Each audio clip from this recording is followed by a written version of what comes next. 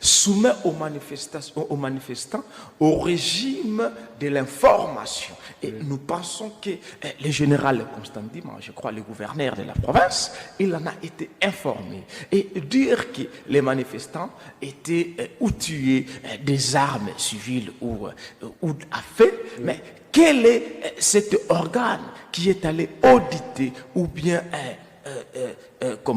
procéder à la prospection de ce que possédaient les manifestants. Mais peu importe les cas, on ne peut pas atteindre ces lourds bilans. C'est très grave. Nous tendons vers les élections, crédibles et apaisées. Mais avec une telle situation, est-ce que les élections seront-elles vraiment crédibles et apaisées? Est-ce que le régime ici est préparé pour offrir aux Congolais un Congo datant, un Congo que nous avions réussi de l'indépendance, un Congo que le régime en place a réussi entre les mains de Joseph Kabila Kabange. Donc c'est très compliqué.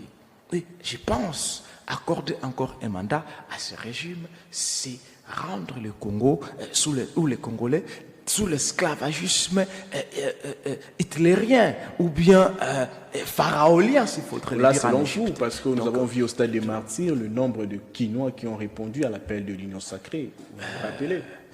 Nous savions comment est-ce que les choses se font. L'Union sacrée a l'argent. L'Union sacrée gère aujourd'hui le trésor public. L'Union sacrée a les pouvoirs. L'Union sacrée a l'impérium. L'Union sacrée a la police, à l'armée. Et ça ne peut pas nous surprendre. Mais ce qui pourrait beaucoup nous être surprenant, c'est de voir l'UDPS dans les mêmes stades ovationner l'ennemi des Congolais qui est Paul Kagame. Parlons de cette révélation de Jeune Afrique sur la mort de l'honorable Chérubin. Selon Jeune Afrique, qui cite une note interne de l'Agence nationale des renseignements, l'ancien ministre des Transports a été étouffé par les agents de renseignement militaire. Je ne suis pas un expert pour ce qui concerne l'expertise criminologique, vous voyez, mais s'il faudrait se servir du langage d'abord de commun des mortels, ça se disait pareil. Et l'opposition ne cessait de décrier que l'honorable ou le fait, paix à son âme, honorable Chérubin Okende, serait impliqué, sa mort serait impliquée au régime en place. Et si aujourd'hui le Jeune Afrique va revenir ou révéler cette situation qui semble être un peu floue et remet cela sur la toile, c'est une leçon à suivre. Mais je pense qu'il faudrait attendre encore les résultats finaux. Mais la position déjà du Jeune Afrique nous donne la lueur de croire que les régimes en place seraient derrière la mort de l'honorable Chérubin Okende. Mais dans cette affaire, on ne parle pas vraiment du régime. Sur Jeune Afrique, parle d'une affaire d'un immeuble. L'immeuble ou pas, mais il faudrait voir ici les installations dans lesquelles la mort a pris naissance. Il faudrait voir, il faudrait se questionner sur les lieux du crime. Donc, si vous écartez cela du rapport de Jeune Afrique, ce n'est pas communiqué en bonne et due forme, cher Philippe Mvopi. Nous allons vers la chute. Merci.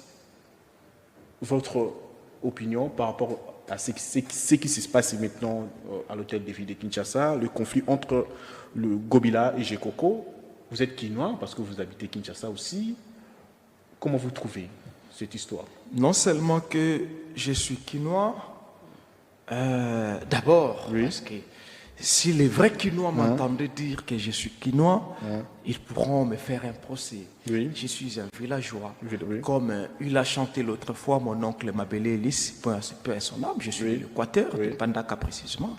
En tant que Congolais, la Constitution de la République, en son article 56, nous donne le privilège de contrôler l'environnement dans lequel nous vivons. Et lequel environnement n'est pas géré par nous, citoyens, mais géré par les responsables de la ville. Et cela prouve insuffisance. Et déjà, il faudrait définir l'environnement. On prend l'environnement politique, l'environnement administratif et l'environnement social.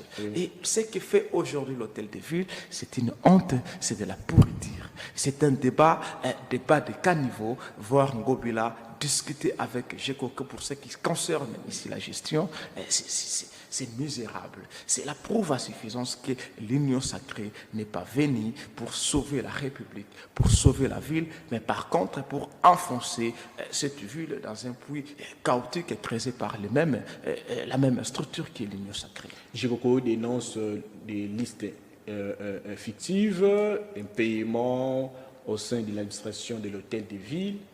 Mais la démarche n'est pas bonne, selon vous. La démarche du vice-gouverneur.